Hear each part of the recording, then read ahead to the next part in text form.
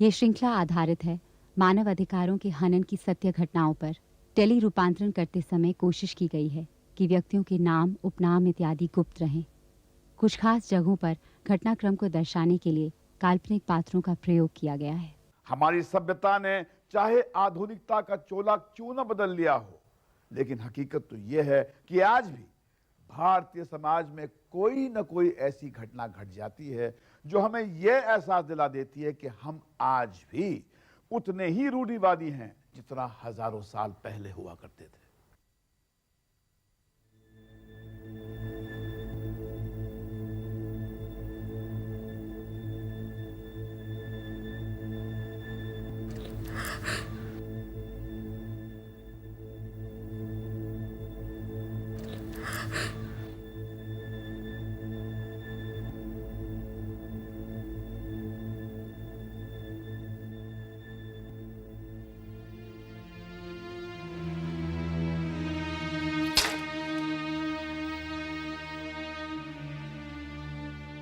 ऐसा बलात्कार ना तो किसी ने सुना होगा और ना ही किसी ने सोचा होगा।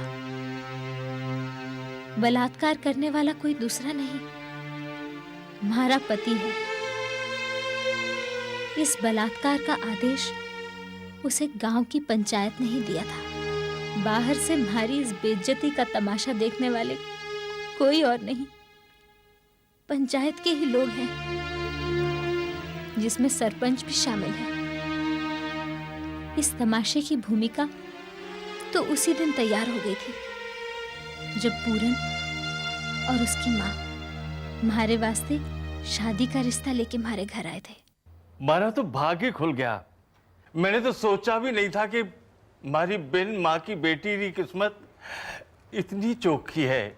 मैं कस्तूरी ने राठौर साहब की बेटी की शादी में देखी और तभी से ठान ली कि उसे ही अपनी बहू बना के ले जाऊंगी। अभी तक दिखाई नहीं दी, कहाँ है? ये लो, आ गई हमारी कस्तूरी। अब याने तो आप जानती हो हमारी कस्तूरी, और यह हमारी छोटी बेटी दर्पण, और ये है बेटा पूरन भान सिंह, और ये हमारी मासा।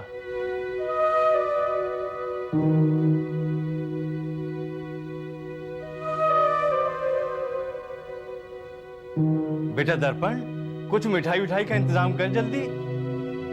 थाम थाम, रहबा दे, हम लेके आए हैं। आ, इधर आ बेटी।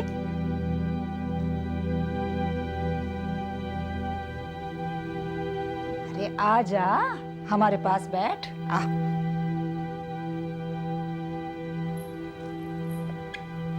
बैठ।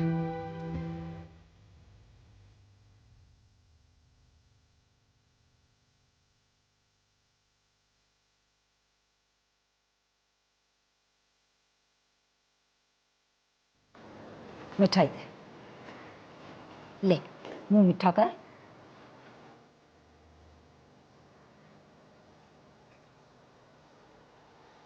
तो भाई साहब, बात पक्की समझू नहीं? अच्छी, अब इनकार करने की हिम्मत कहाँ है? तो ठीक है, कहीं बाद में जबान से फिरोगा तो नहीं? जीवन में और तो कुछ नहीं, बस थोड़ी सी इज्जत कमाए हूं। मैं जान दे सकूं हूं, पर दिया हुआ वचन से पलट नहीं सकूं। आज से कस्तूरी थारी हुई।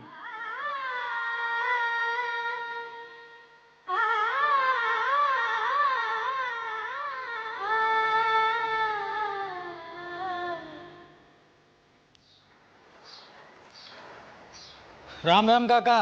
अरे रूप बेटा, तू आजा, बैठ। बहुत दिनों बाद। काका, बस काम से फुर्सत ही नहीं मिलती, और फिर माँ को भी जयपुर लेके गया था मैं। अच्छा अच्छा। वो दर्पण आई थी घर पे, भाभी को बोल के गई थी कि कोई जरूरी काम है। कहाँ है वो? अच्छा समझ गयो, उन्हें मारो काम कर दियो। क्या बात है काका? अरे बात कहीं है, कस्तूरी की शादी होवा वाली है, और वह भी अगला महीना में।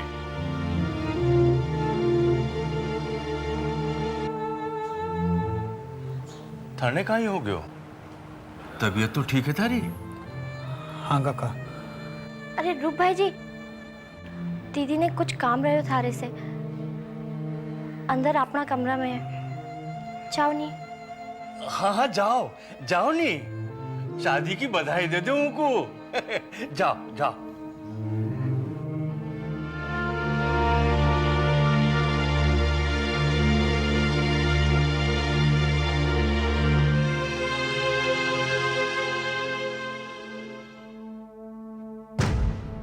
यह रूपनू कहीं हो गया अचानक? इसका कारण तुम हो बापू। मैं? हाँ तुम। दीदी की शादी के वास्ते हाँ करना से पहले क्या थारे को उसे पूछना नहीं चाहिए था कि वो क्या चाहे? मतबल वह खुश नहीं है कहीं? अरे मैं तो उनकी भलाई के लेने सब कर रहा हूं। इतना बड़ो घर है उनको, और फिर पूरन में बुराई कहीं है? कोई बुराई नहीं है बापू, पर दीदी रूप भाई जी को चाहे, उनसे शादी करना चाहे।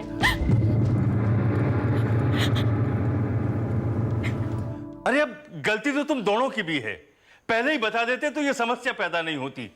अब रूप ने मैं भी पसंद करूं हूं, इको बाप मारो दोस्त रहो, और उनका मरवा के बाद रूप ने मैं अपना बेटा की तरह समझो। तो समस्या क्या है बापू? इनकार कर देना उन लोगों ने। अरे चुप, इनकार कर दो, इतना आसान है कहीं? चाहे कुछ भी हो जाए, मैं अपनी दी हुई जबान से फिरूं कोनी। अरे लाखा में एक घर है उनको, हमारी बेटी राज करेगी राज। और रहे रूप तो उनके लेने छोरी मैं ढूंढूंगा, बिल्कुल हमारी कस्तूरी जैसी। चलूं काका? अरे थाम बेटा, देख बेटा, मैं जानू थारा दिल की हालत, पर अब हमारी इज्जत थारे हाथ है। तुम दोनों जो चाहे सजा माने दे दो, पर जो हो रहे है उन्हें हो जावा दो। काका, आप नहीं जानते कि आप मुझसे क्या मांग रहे हो, पर मैं आपको विश्वास दिलाता हूं कि आपकी इज्जत पे आंच नहीं आने दूंगा। एक ही पल में हमारे सारे सपने हमारी आंखों से आंसू बन के बह निकले। इतना बड़ा फैसला करते हुए रूप की आंखों में आंसू नहीं थे, पर मैं जानूं उसका दिल रो रहा था। बापू भी दुखी था, पर उसमें भी अपने आदर्शों के खिलाफ जाने का साहस नहीं था। हमारी शादी की तैयारियां शुरू हो गई। खुशी का अवसर था, पर सबके दिल रो रहे थे। और एक दिन मैं पूरन के साथ अग्नि के फेरे लेकर उसके घर आ गई।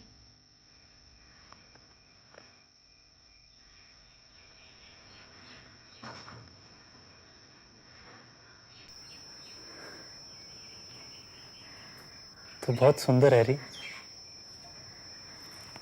पहले भी देखे हूं थाने, पर आज तो बस। अरे कुछ तो बोल। अच्छा एक बात बता, कोई नजर तो नहीं लगाया ना इस सुंदर मुखड़े ने? अरे हमारे कहने का मतलब है इश्क विश्क प्यार व्यार कोई तो होगा जो तारे पे मरता होगा। हाँ? अरे वाह, मजा आ गया, बहुत ही चोखो जवाब दिया तूने।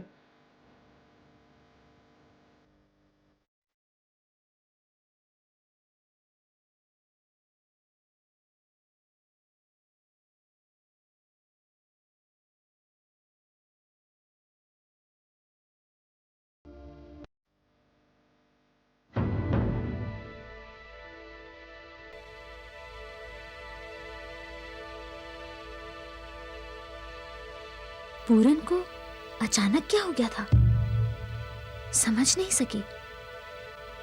मैं तो उसे सच्चे मन से अपना पति स्वीकार कर चुकी थी। अब अपना सब कुछ उसके आगे समर्पित करने को तैयार थी, पर हमारे शरीर में आग भड़का के वो इस तरह क्यों चला गया? अगले दिन रीति के अनुसार बापू और दर्पण के साथ रूप भी म्हारे से मिलने आया। चुप चुप था वो, पर उसकी आंखें बहुत कुछ बोल रही थी। उस दिन म्हारे को एक बात अजीब सी लगी। पूरन कुछ डरा हुआ सा लग रहा था। एक बार फिर रात आई। रातें आती रही, जाती रही। अब कुछ कुछ समझ में आने लगा था कि म्हारा पति क्यों दूर दूर रहता है। समझ चुकी थी, पर विश्वास नहीं करना चाहती थी। मैंने खुद को भाग्य के हवाले छोड़ दिया। माँ, तू कस्तूरी को जावा क्यों दी? हमारा इंतजार नहीं कर सकती थी? अरे कहीं रोक लेती मैं, उनको बापू बीमार है, परेशान काहे हो गया, आती होगी। लेवा कौन आया उसे? अरे वही जो उदिन आयो, क्या नाम है उको? हाँ, रूप।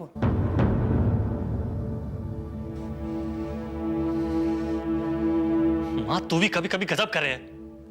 कोई का भी साथ भेज देगी तू? खैर, मैं देखूं।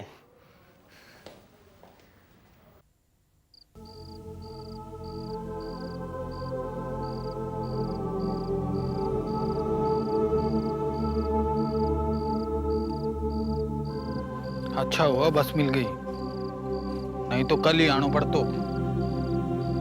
पूरन भी परेशान होगा, है ना? अच्छा एक बात बता कस्तूरी, तू खुश तो है ना?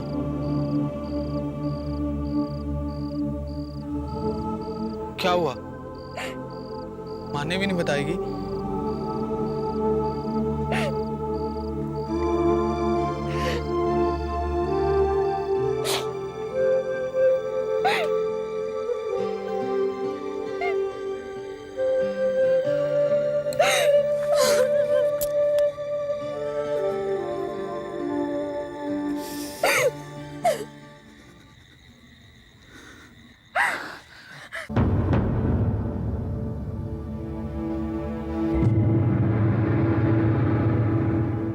ये आप काहे कह रहे हो समधन जी?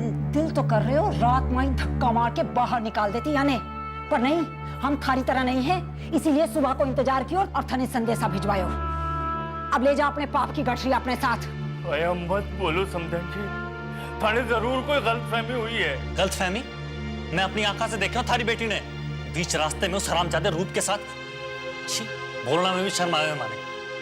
काहे कमी रही थारी बेटी ने? पूछो।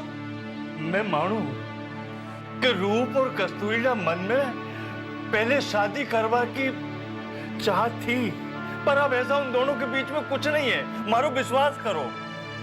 तो यह है असल कहानी, पहले से ही चल रहे हो ये सब। इतना बड़ो तो हमारी बात तो सुनो। छड़े सुनना है, ले जाओ थारी बेटे ने और सौंप दो हरामजादे को। पर बेटा बस बहुत हो गए, थे जा सको। हमारा दोष क्या था? मैं तो इतना कुछ सहने के बाद भी अपने पति के साथ उसके घर में रहना चाहती थी, उसकी इज्जत बन के।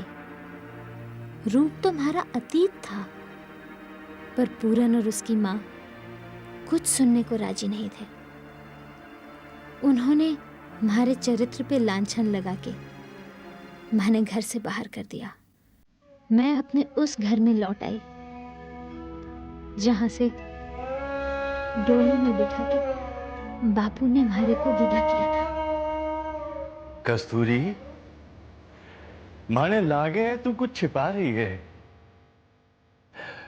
बोल बेटा, मैं थारो बाप हूं। नहीं बापू, मैं कुछ नहीं छुपा रही हूँ। कस्तूरी, मैं इतने दिनों से देख रहा हूं कि तू कुछ छिपा रही है। अरे बता ना, क्या बात है? मैंने तंग मत करो, नहीं तो मैं चली जाऊंगी यहाँ से।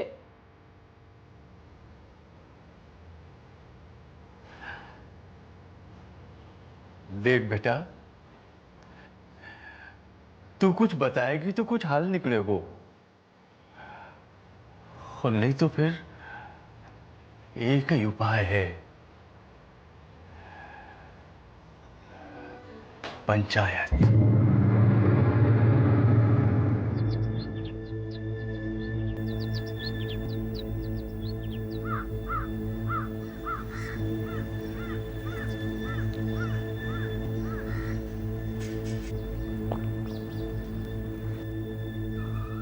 हाँ भाई पूरण, थारो कहीं कहना है इस बारे में?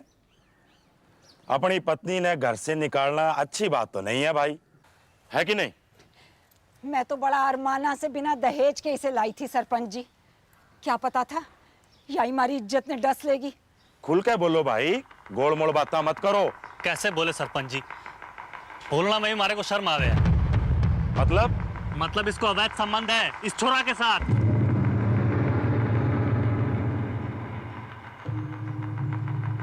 कोई सबूत है थारे पास? सबूत? शादी का बाद एक रात भी अपना मर्द के साथ नहीं सोई है ये। 2 दिन पहले जब मारो बेटो बतायो तब मने मालूम पड़े। क्यों नहीं छोरी, ये सच है? मैं कुछ पूछ रहा हूं।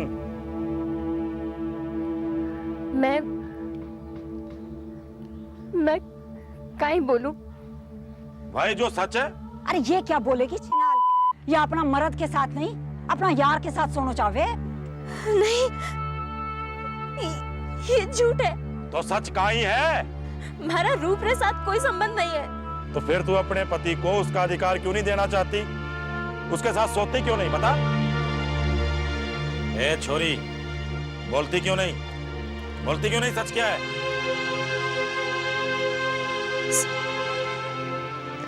सच तो ये है कि हमारा पति नपुंसक है।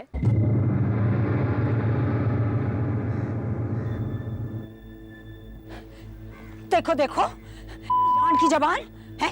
सरपंच जी अपनी इज्जत बचाने वास्ते हमारे बेटा ने नपुंसक बोले।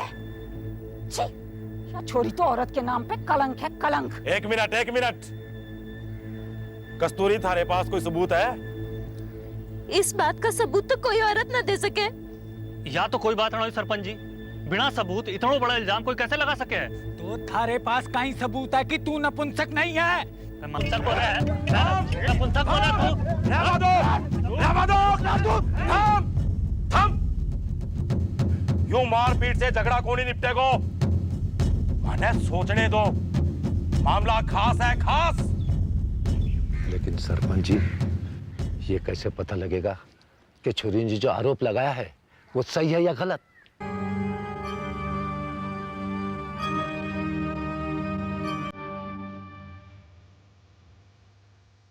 उपाय है, एक ही तरीको है सच और झूठ परखने को, एक ही तरीको।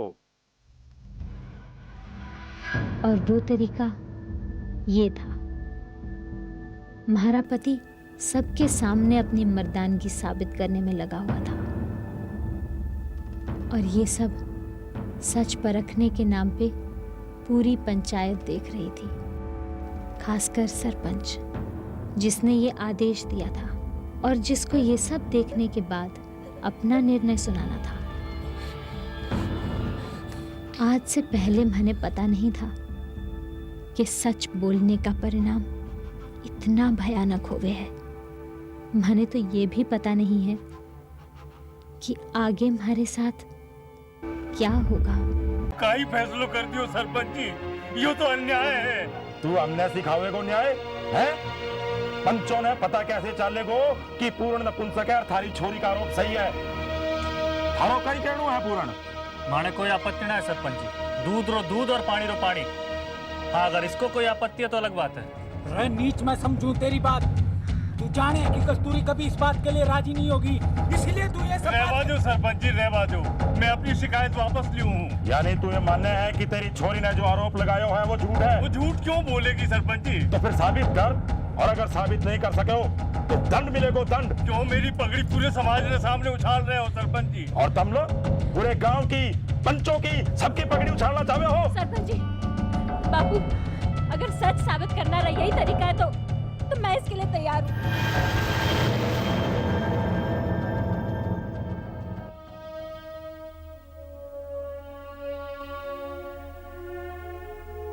कोई भी औरत कैसे कर सके है इतना बड़ा फैसला, पता नहीं मैंने सही किया या गलत, पर मेरे पास और क्या रास्ता था?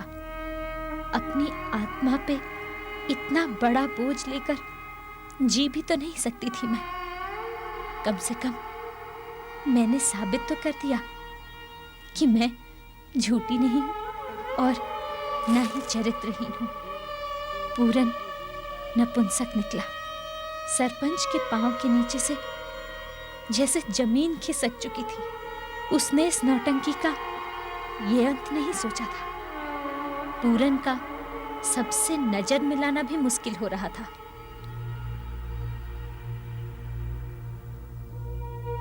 माने ये तो मालूम नहीं था कि सच जानने के बाद पंचायत का क्या फैसला होगा, और ना ही ये कि सच बोलने की कीमत म्हारे को क्या चुकानी पड़ेगी।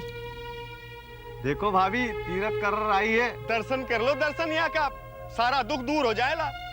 या तो तभी गई गुजरी है। ए छोरी, सारी पंचायत को तो दिखा दिया, हमें कब दिखाओगी? अरे तो छुपर करे, पर या तो पूरी पंचायत के सामने ही। मेरे साथ भी करनी करेगी,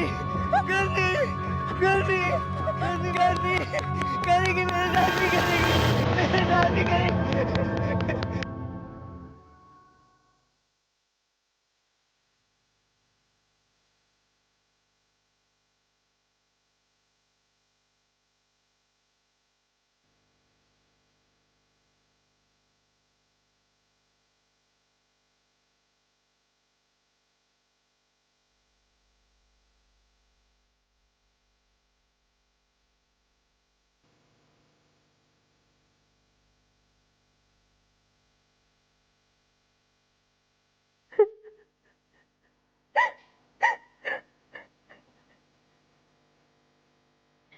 ये सब क्या हो गया दीदी?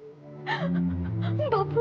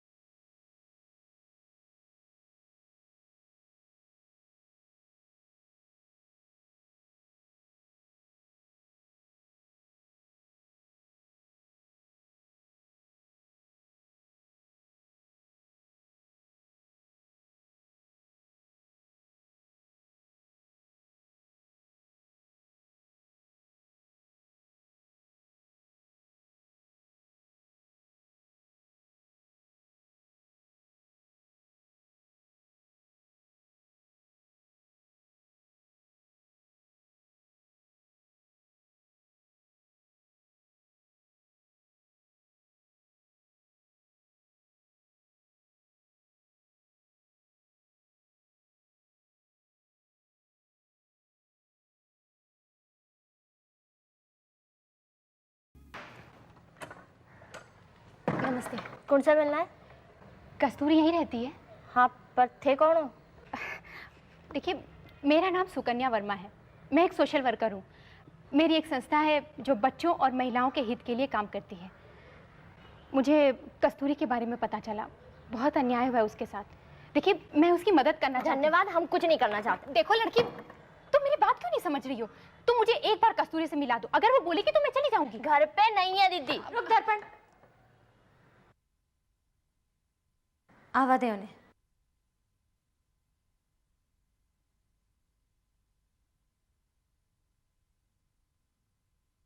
सुकन्या म्हारे को इंसाफ दिलाना चाहिए।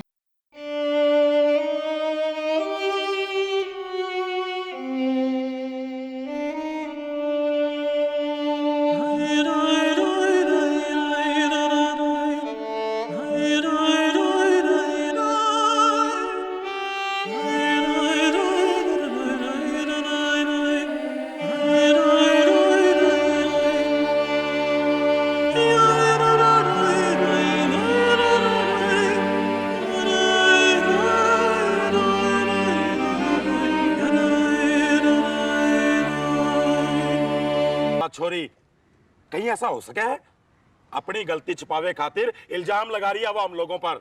मतलब ऐसा कुछ भी नहीं हुआ है। कस्तूरी झूठ बोल रही है। 100% झूठ। सच तो बस इतना है कि वहाँ छोरे का किसी छोरे से अवैध संबंध है। कौन पति सहेगा, आप ही बोलो। और जब मामला पंचायत में आयो तो वहाँ छोरी ने अपनी गलती छुपावे खातिर अपने पति को नपुंसक बता दिया। अब आप ही सोच लो कितनी तेज तर्रार है वहाँ छोरी। तो आपके कहने का मतलब है कि समाचार पत्रों में जो भी कुछ छपा है वो कस्तूरी ने छपवाया है, क्यों? अब यह बात तो मैं नहीं बोल सकूं हूं, पर सब झूठ है, सब झूठ है। अच्छा, माने थोड़ा जरूरी काम है, चलो।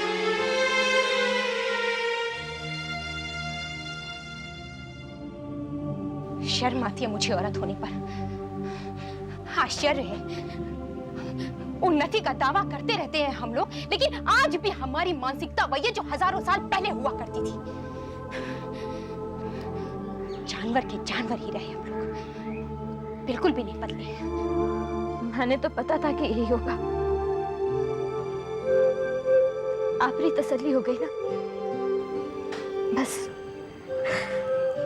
अब ये कहानी यहीं खत्म होती है। देखो कस्तूरी, ना तो ये कहानी यहाँ खत्म होती है और ना ही अभी कोई सारे रास्ते बंद होते हैं। मतलब कानून अभी मरा नहीं है। कोई जंगल राज नहीं है यहाँ। और मुझे पूरा विश्वास है कि कानून कस्तूरी का साथ जरूर देगा। नहीं दीदी, बस अब और लड़ने की हिम्मत नहीं है मुझसे।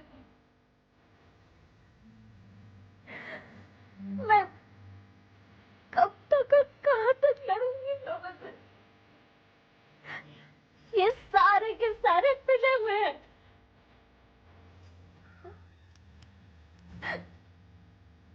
इन लोगों के साथ बैर लेके तो हम लोग इस गांव में भी नहीं रह पाएंगे। आप इस बात को भूल जाइए और मैं भी भूलने की कोशिश करूंगी। देखो कस्तूरी, बहुत गलत फैसला है तुम्हारा। तुम क्या सोचती? अगर तुम चुप रहोगी तो क्या ये लोग कुछ करेंगे नहीं? हाँ? तुम्हें समझाओ ना कस्तूरी को। मैं कहीं समझाऊं मैडम, कस्तूरी हमारे से ज्यादा समझदार है और उसका डर भी गलत नहीं है मैडम। पानी में रह के मगरमच्छ से बैर नहीं लिया जा सकता मैडम। लेकिन रूप, तुम ऐसा कैसे कर सकते हो? तुमको तो पता ही बस बहुत हो गया। आपने हमारे लिए जितना करना था आपने कर लिया, उसके लिए धन्यवाद। इतना भी कौन करता है किसी के लिए? देखो कस्तूरी, जल्दबाजी में कोई भी फैसला मत लो। मैं 2 दिन और ठहरी हुई हूँ सर्किट हाउस में। मुझे तुम्हारे आखिरी फैसले का इंतजार नहीं था। नमस्ते।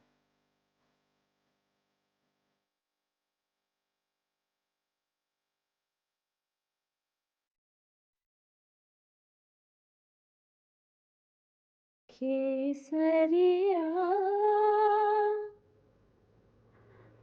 बालम आओ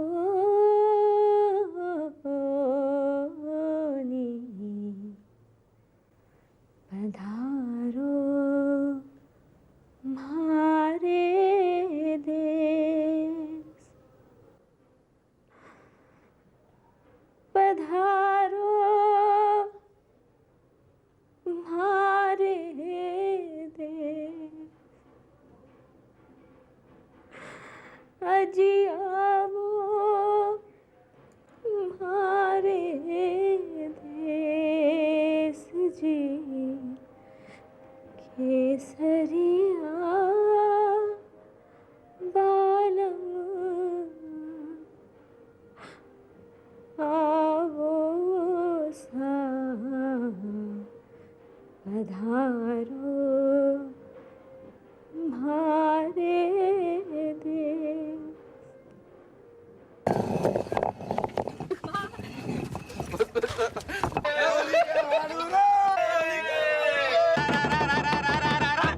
रमारो नस नस दुखे रे रचोरा दाई न बुला दे रे रमारो नस नस दुखे रे।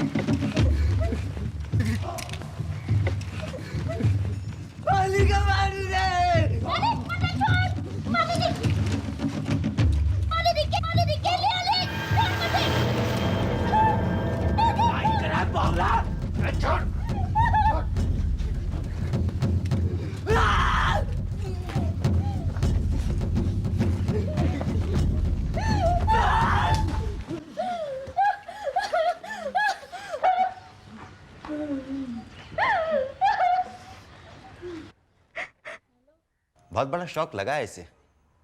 वैसे घबराने की कोई बात नहीं है, आप लोग इसका ख्याल रखिएगा। मैं कुछ दवाइयां हैं लिख के दे देता हूं।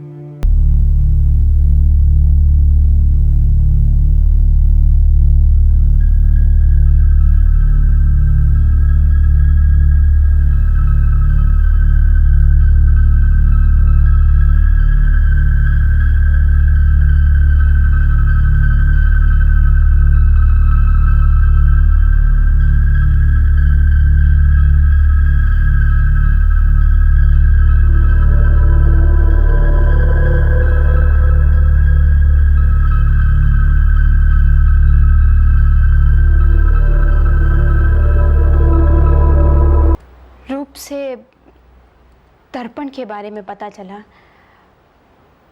कैसी है वो? कस्तूरी, क्या हुआ? तुम ठीक तो हो? कस्तूरी, कस्तूरी। हाँ, मैं ठीक हूँ। तुमने क्यों बुलाया था मुझे? मैंने फैसला कर लिया है। क्या? मैंने फैसला कर लिया है कि मैं लड़ूंगी। ठीक ही कहा था आपने। चुप रहने से बात बढ़ेगी, घटेगी नहीं। मैंने फैसला कर लिया, चाहे कुछ भी हो जाए, अब मैं चुप नहीं बैठूंगी।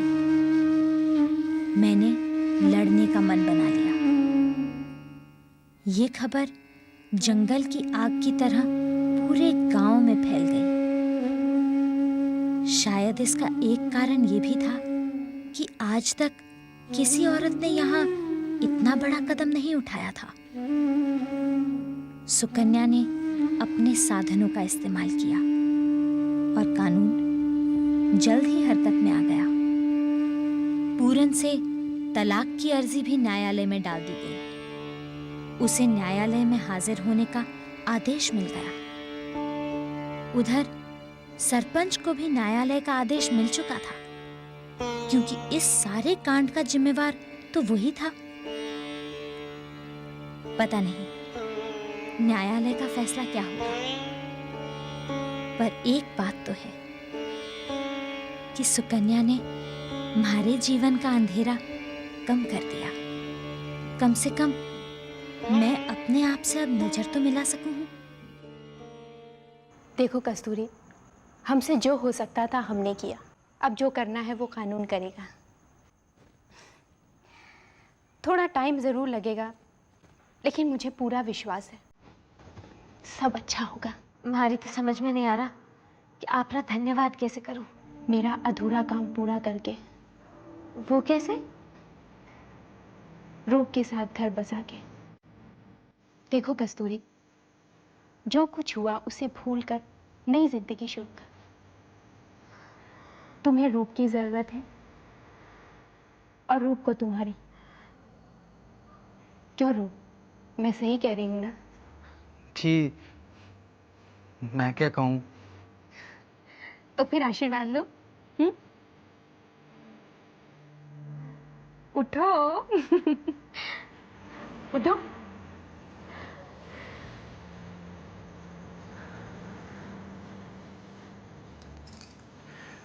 जुग जुग जियो।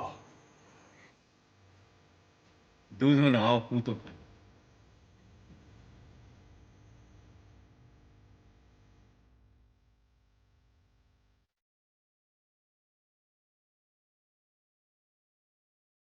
भारतीय संविधान के अनुसार आर्टिकल 15 सेक्शन 1 के अंतर्गत धर्म, जाति, लिंग, जन्म और स्थान के आधार पर देश के किसी भी नागरिक के मौलिक अधिकारों का हनन अपराध है। इस तरह की दुर्घटनाओं के लिए संविधान में बहुत सारे विकल्प मौजूद हैं, लेकिन ज्यादातर यही देखा जाता है कि ऐसे समय पर सरकार और हमारी सारी सुरक्षा प्रणाली मुख दर्शक बन जाती है। इस चुप्पी को तोड़ना होगा, वरना पूरा समाज अंधकार में डूब जाएगा और हम कुछ नहीं कर पाएंगे।